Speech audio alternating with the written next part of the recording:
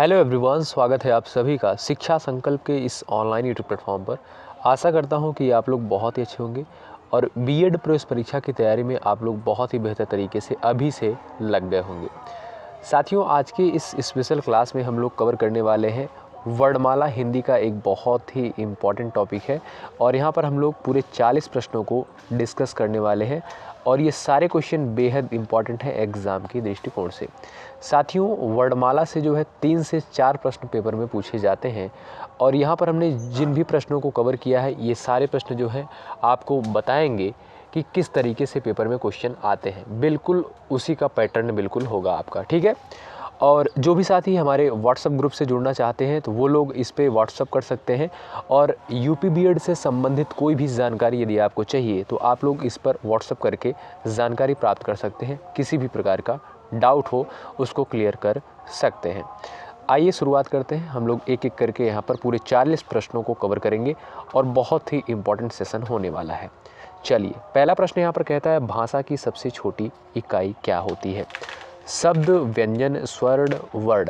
ठीक है, पहला क्वेश्चन आपके स्क्रीन पर है। आप सभी दोस्त जवाब देने का प्रयास करें। भाषा की सबसे छोटी इकाई, तो भाषा की जो सबसे छोटी इकाई होती है वो क्या होती है? वर्ण होती है।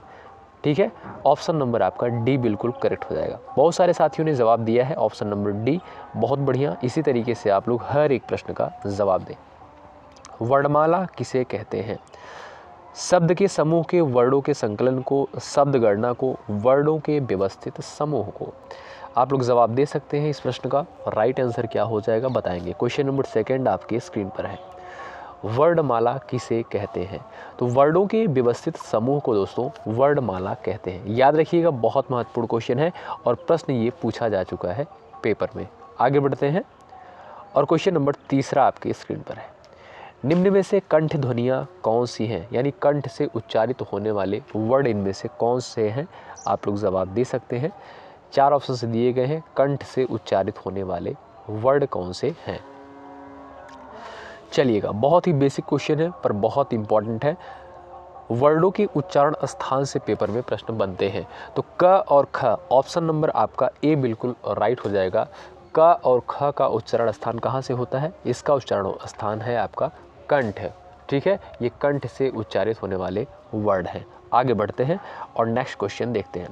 दोस्तों, यदि आप बीएड प्रवेश परीक्षा की तैयारी में लग गए हैं तो शिक्षा संकल्प के इस ऑनलाइन यूट्यूब प्लेटफॉर्म से आप लोग जुड़ जाइएगा। निश्चित रूप से आपको यहाँ से हेल्प मिलेगी।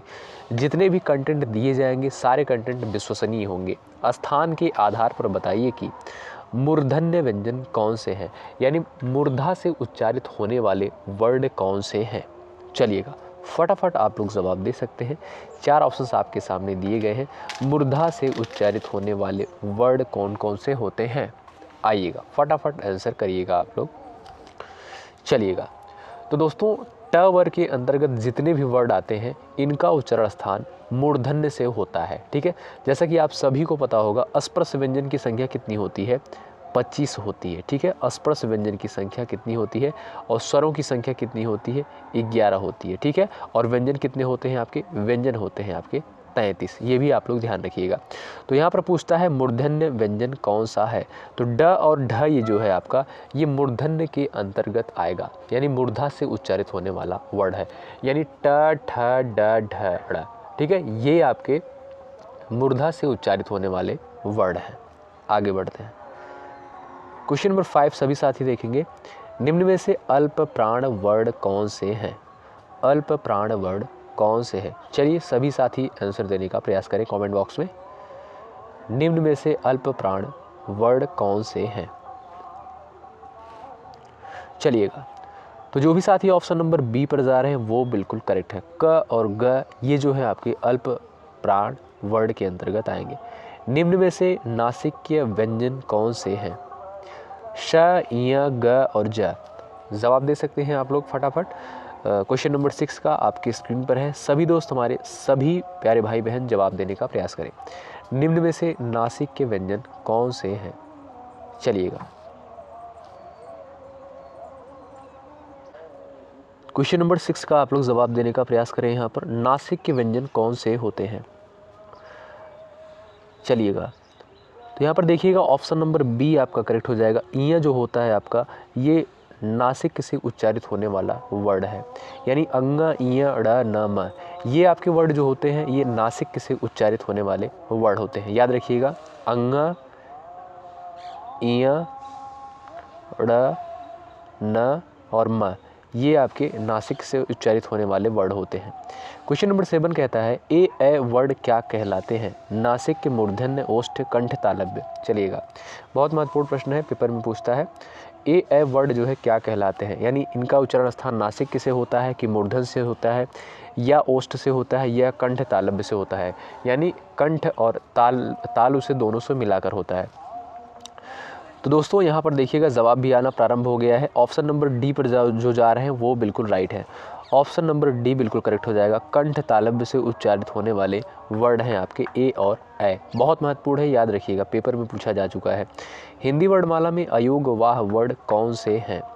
अयोगवाह वर्ड कौन से होते हैं? बहुत महत्वपूर्ण है, तो जवाब देने का आप लोग प्रयास करें। क्वेश्चन नंबर 8 आपकी स्क्रीन पर है। अयोगवाह के अंतर्गत कौन कौन से वर्ड आते हैं? चलिएगा, तो जो भी ऑप्शन नंबर डी पर जा रहे हैं वो बिल्कुल करेक्ट है। अंग, यहाँ पर देखिएगा, अंग और अ, ये आपके अयोगवाह के अंतर्गत आते हैं। ऑप्शन नंबर आपका डी बिल्कुल करेक्ट हो जाएगा। आगे बढ़ते हैं। निम्न में से बताइए कि किस शब्द में द्वित्व व्यंजन है? द्वित्व व्यंजन जो है किसमें है, यहाँ पर जवाब दें आप लोग। चलिएगा, क्वेश्चन नंबर 9 है, आप लोग आंसर देने का प्रयास करें। Question number 9, option number C पर जो जा रहे हैं वो बिल्कुल करेक्ट है। दिल्ली यहाँ पर जो है आपका एक द्वित्व व्यंजन के अंतर्गत आएगा। ऑप्शन नंबर सी करेक्ट है। साथियों, वर्णमाला से पेपर में 2 से 3 प्रश्न पूछे जाते हैं, तो आपको इस चैप्टर को स्किप नहीं करना है, इस पूरे सेशन में बने रहना है और पूरे MCQ को लगाना है। देखिएगा आप लोग कितने प्रश्नों को सही करते हैं। यहाँ पर हमने पूरे 40 MCQ को कवर किया है और ये सारे क्वेश्चन बेहद इंपॉर्टेंट है एग्जाम के पॉइंट ऑफ व्यू से। श, स, स कौन से व्यंजन कहलाते हैं? यहाँ पर बताइएगा आप लोग, ये किस के अंतर्गत आते हैं, कौन से व्यंजन कहलाते हैं? स्पर्शी, संघर्षी या अस्पर्श संघर्षी या प्रकंपित? चलिएगा, आंसर दीजिएगा आप लोग। श, श, स, ह, यानी तीनों स जो होते हैं आपके और एक ह, ये दोस्तों आपका होता है संघर्षी। ऑप्शन नंबर आपका सी बिल्कुल करेक्ट होगा। आगे बढ़ते हैं। निम्नांकित में से बताइए कि नवीन विकसित ध्वनियाँ कौन सी हैं? नवीन विकसित ध्वनियाँ कौन सी हैं? आंसर दीजिएगा आप लोग और व्हाट्सएप पे मैसेज कर दीजिएगा आप लोग। यहाँ पर आपको व्हाट्सएप ग्रुप में जोड़ दिया जाएगा और वहाँ पर इम्पॉर्टेंट PDF आपको मिलती रहेगी। निम्नलिखित में से बताइए कि नवीन विकसित ध्वनियाँ कौन सी हैं? ऑप्शन नंबर आपका पहला करेक्ट हो जाएगा। ख और ग, ये आपकी नवीन विकसित ध्वनियाँ हैं। निम्न में से कौन सा जो है घोष वर्ड है? ख, च, म, थ। तो यहाँ पर 4 ऑप्शंस दिए गए हैं आपके सामने, पूछता है घोष वर्ड कौन कौन से होते हैं। तो यहाँ पर आपका ऑप्शन नंबर सी करेक्ट हो जाएगा। म जो है दोस्तों आपका एक घोष वर्ड होगा। कौन सा अमानक वर्ड के अंतर्गत आएगा? ख, घ, म और ध। अमानक वर्ड पूछता है क्वेश्चन नंबर 13 में और आप लोग बता सकते हैं राइट आंसर क्या हो जाएगा। तो ऑप्शन नंबर सी यहाँ पर करेक्ट हो जाएगा। म जो है आपका एक अमानक वर्ड है। कैसा वर्ड है? अमानक वर्ड होता है। अगला प्रश्न देखिएगा, यहाँ पर क्वेश्चन नंबर 14 देखेंगे। क, ग, ज, फ ध्वनियाँ किसकी हैं? संस्कृत के अंतर्गत आती हैं, अरबी फारसी के अंतर्गत या अंग्रेजी के अंतर्गत या दक्षिण भाषाओं के अंतर्गत आती हैं? क, ग, ज, फ। यहाँ पर देखिएगा जी, ये जो नीचे बिंदी लगी होती है इसे नुक्ता बोलते हैं और यहाँ पर क और ग और ज तीनों में लगा होता है। ठीक है, तो चलिएगा बताइएगा आप लोग। चलिएगा, जवाब दे सकते हैं आप लोग यहाँ पर। तो यहाँ पर क पे भी नुक्ता लगा है, ग पे भी लगा है, ज पे भी लगा है, फ पे तो लगा ही है। ठीक है, तीनों पर लगा लीजिएगा। तो ध्वनियाँ किसकी हैं? ये दोस्तों देखेंगे आप लोग तो अरबी फारसी के अंतर्गत आती हैं। ठीक है, ऑप्शन नंबर आपका बी करेक्ट हो जाएगा। इंपॉर्टेंट है एग्जाम के दृष्टिकोण से। हिंदी में मूलतः वर्णों की संख्या कितनी होती है? इसको करेक्ट कर लीजिएगा, कितनी होती है? हिंदी में मूलतः वर्णों की संख्या कितनी होती है? 50, 51, 52, 53। क्वेश्चन नंबर 15 है और जो भी साथी ऑप्शन नंबर सी पर यानी 52 कह रहे हैं वो बिल्कुल करेक्ट है। ठीक है, ऑप्शन नंबर आपका सी बिल्कुल राइट हो जाएगा। चलिएगा, यदि आप व्हाट्सएप से जुड़ जाएंगे तो लाइव क्लास जब होती है तब उसका आपको नोटिफिकेशन मिल जाएगा। ठीक है, अगला प्रश्न यहाँ पर कहता है क्वेश्चन नंबर 16। छह ध्वनि किसके अंतर्गत आती है? मूल स्वर के अंतर्गत, घोष वर्ण, संयुक्त वर्ण या तालम्ब के अंतर्गत आती है? जवाब देंगे सभी दोस्त, सभी साथी, हमारे सभी प्यारे भाई बहन। छह ध्वनि जो है किसके अंतर्गत आती है? छह दोस्तों आपका एक संयुक्त वर्ण के अंतर्गत आता है। कौन कौन सी ध्वनियाँ होती हैं? छ, त्र, ज्ञ और स्र। ये आपका जो होता है ये संयुक्त ध्वनियाँ होती हैं। तो ऑप्शन नंबर आपका सी बिल्कुल करेक्ट होगा। आगे बढ़ते हैं। हिंदी शब्दकोश में छ का क्रम किस वर्ण के बाद आता है? हिंदी शब्दकोश में छ का क्रम किस वर्ण के बाद आता है?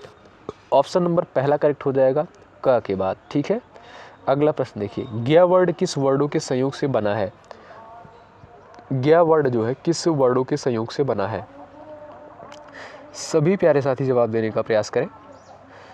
ज प्लस इया से। ठीक है, ऑप्शन नंबर यहाँ पर बी बिल्कुल राइट हो जाएगा। ज्ञ वर्ण किस वर्णों के संयोग से बना है? ज प्लस इया से।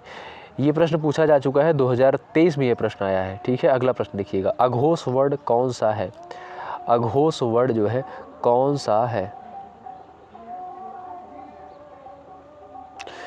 जो भी साथी ऑप्शन नंबर डी पर जा रहा है बिल्कुल राइट है, बहुत शानदार। ऑप्शन नंबर डी करेक्ट हो जाएगा। स जो है आपका एक अघोष वर्ण है। घ का उच्चारण स्थान कौन सा है? घ का उच्चारण स्थान कौन सा है? क ख ग घ। हमने आपको बताया था क वर्ग के अंतर्गत जितने भी वर्ड आते हैं, जैसे कौन कौन से वर्ड आते हैं? क ख ग घ अंग, तो इनका उच्चारण होता है किससे? कंठ से होता है। तो इसलिए ऑप्शन नंबर आपका बी करेक्ट हो जाएगा। घ का उच्चारण स्थान आपका बी करेक्ट होगा। आगे बढ़ते हैं। अब आगे आपको 20 प्रश्न और देखने को मिलेंगे, यानी टोटल हमने 40 प्रश्नों को इस स्पेशल टेस्ट में कवर करने का प्रयास किया है। चलिए, इनमें से संयुक्त व्यंजन कौन से हैं? चलिए बताइएगा आप लोग। हमने अभी आपको बताया छ, त्र, ज्ञ और स्र, ये आपके संयुक्त होते हैं, इसलिए ऑप्शन नंबर बी करेक्ट हो जाएगा। ज्ञ जो है आपका एक संयुक्त व्यंजन है। अगला प्रश्न कहता है निम्नलिखित में से कौन सा वर्ड उच्चारण की दृष्टि से दंत से नहीं उच्चारित होता है? बताएंगे इन वर्डों में से कौन सा वर्ड है जो दंत के द्वारा उच्चारित नहीं होता है? तो त, थ, द, ध, न, ये आपके दंत से उच्चारित होने वाले वर्ड हैं। त, थ, द, ध, न। और ये ट, ठ, ड, ढ जो होते हैं आपके, ये मूर्धन्य से उच्चारित होने वाले वर्ड होते हैं, यानी मूर्धा से उच्चारित होते हैं। इसलिए आपका ऑप्शन नंबर डी करेक्ट हो जाएगा। दंत से कौन सा उच्चारित नहीं होगा वर्ड? वो ट होगा आपका। ठीक है, फिर किससे होगा? मूर्धा से होगा। अगला प्रश्न देखिएगा। जिन शब्दों के अंत में अ आता है उन्हें क्या कहते हैं? जिन शब्दों के अंत में अ आता है उन्हें क्या कहते हैं? उन्हें कहते हैं अकारांत कहेंगे। ठीक है, ऑप्शन नंबर डी करेक्ट हो जाएगा, अकारांत। छ वर्ड किसके योग से बना है? छ वर्ड जो है किसके योग से बना हुआ है? चलिएगा जवाब दे सकते हैं आप लोग।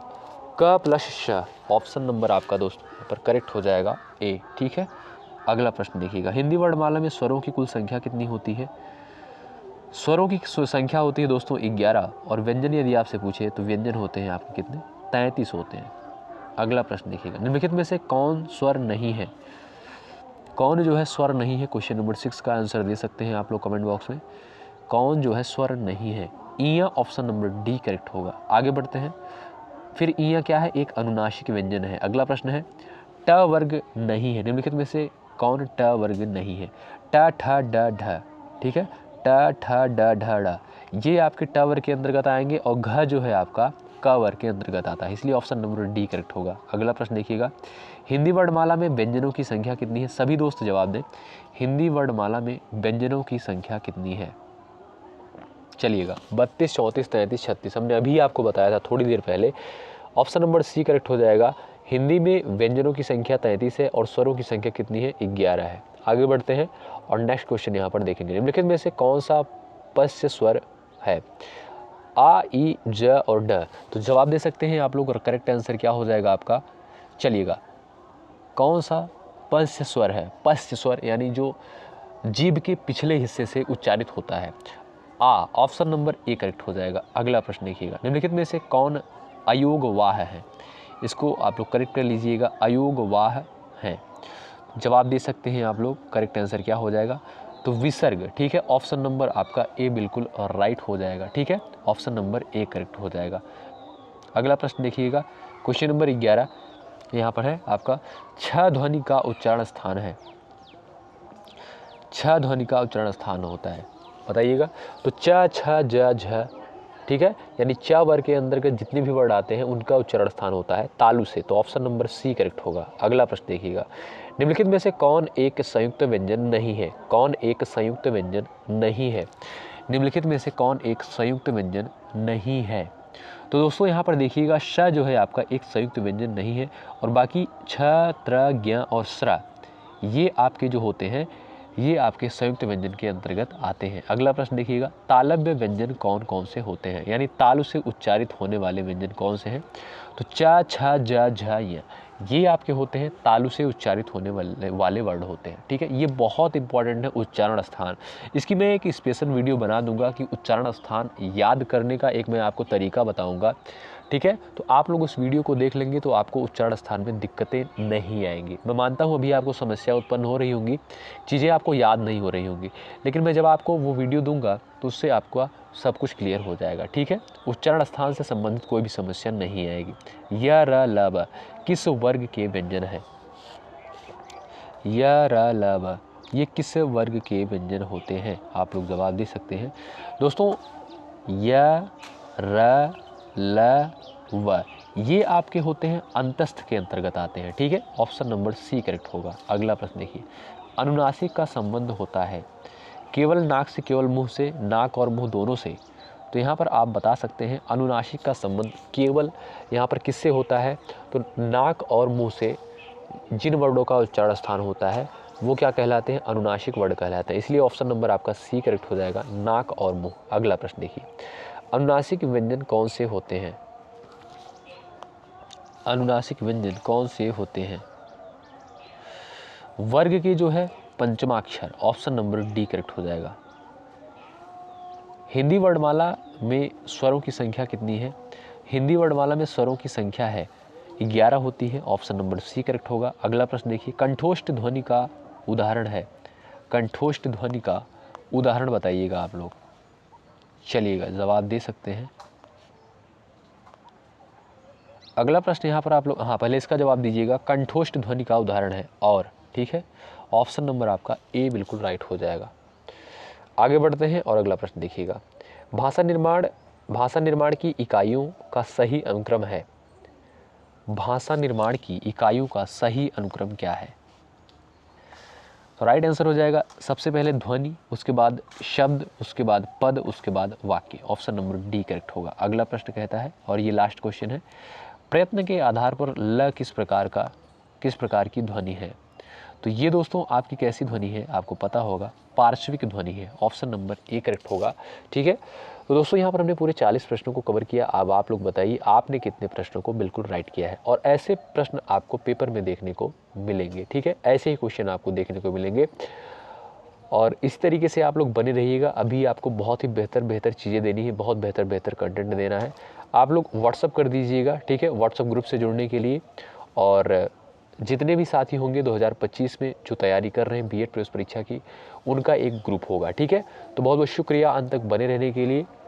चैनल पर नए हैं सब्सक्राइब कर लीजिएगा, बेल आइकन को प्रेस कर लीजिएगा। यहाँ पर जो है आपको संपूर्ण जानकारी दी जाएगी यूपी बीएड प्रवेश परीक्षा 2025 से रिलेटेड, और तैयारी भी करवाई जाएगी। धन्यवाद। जय हिंद, जय भारत।